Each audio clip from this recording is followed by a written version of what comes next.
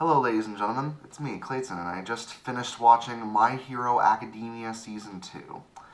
And when it comes to a show like this, My Hero Academia is one of the most highly anticipated and highly watched anime of both of these seasons. Because, honestly, its author, Kohei Horikoshi, has made an incredible story with the manga, and Bones has made a great anime adaptation. And I was wondering if this would live up to the hype when I decided to watch it. And honestly, it not only lives up to the manga, it surpasses it when it comes to its storytelling. But let's get to the story, shall we? The story follows Izuku Midoriya, aka Deku, who's a student at the UA High School.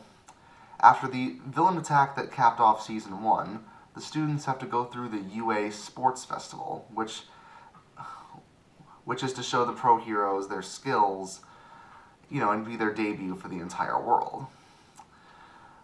While that's going on, conflicts arise, rivalries are born, new characters get introduced, and the entire hero world is thrown for a loop in three storylines that go throughout this season: the sports festival, the field training, the internships, and the end of term exam. So, as a guy who's read the manga, I am aware that these three storylines compose the entire season. But I do think it does work well given how the season is structured. The sports festival, in particular, is a very thrilling tournament arc filled with great action, a very excellent humor, and it happens to introduce all of us properly to Shoto Todoroki, who has quickly become one of my favorite characters in the entire series. Todoroki's entire storyline cements him as one of the new main characters of the series, and honestly, it's very well earned, considering he has a very interesting personality, he has tons of power, and his backstory involving him and his superhero father Endeavor makes for one of the best episodes overall in the series in Shoto Todoroki Origin.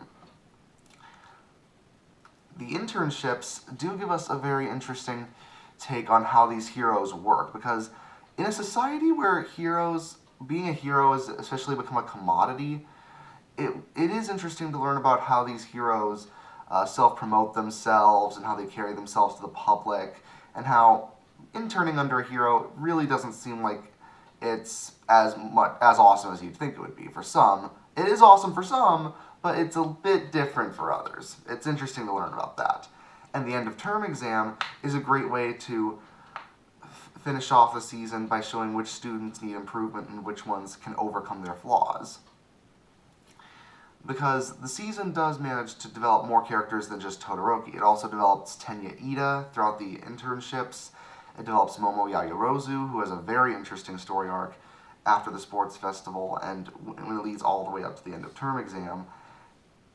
And it also develops Ochako Uraraka, who evolves from more than just being a cute love interest to having a character with her own motivations and her own reasons for wanting to be a hero.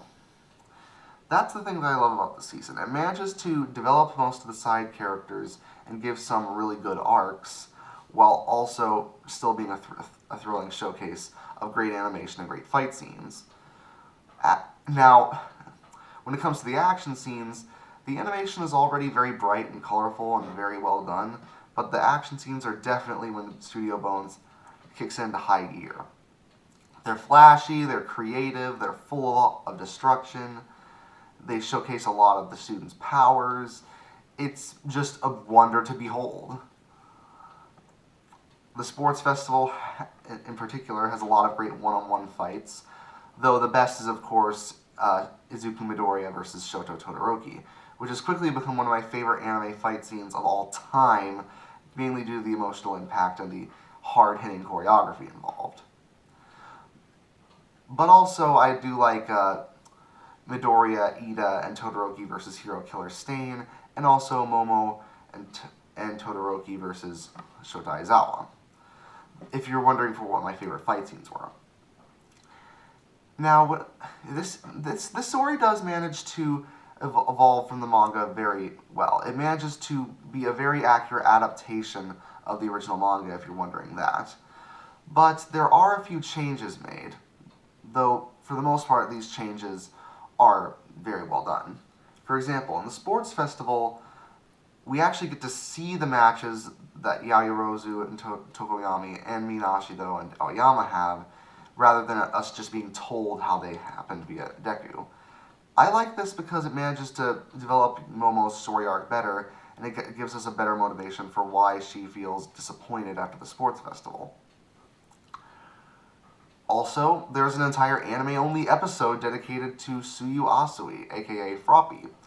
I actually dig it because she's just such a lovable character, and she's already such a capable hero that, honestly, anything with her is golden.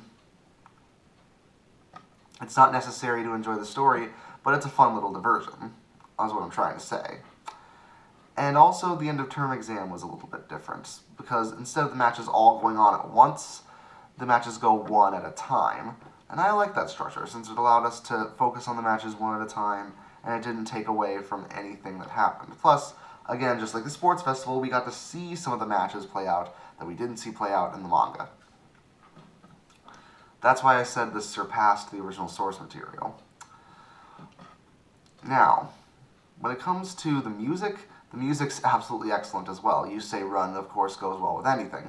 But even the new music that was done for this season is very well handled as well. It's full of great techno beats, full of great lyrics, and every single opening and ending theme used for the series is great.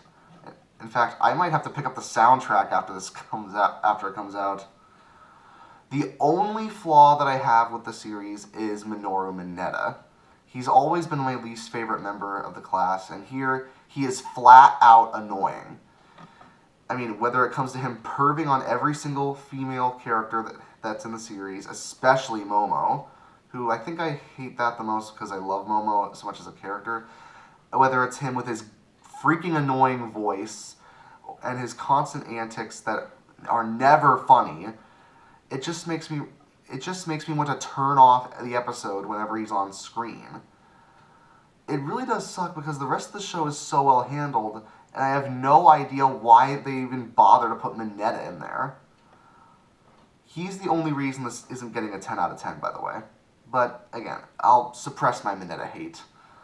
Because overall, this is a very effective season with great character development, incredible action, and it happens to set up Season 3 very well. So, overall, I give My Hero Academia Season 2 a 9.5 out of 10. Oh yeah, one last thing.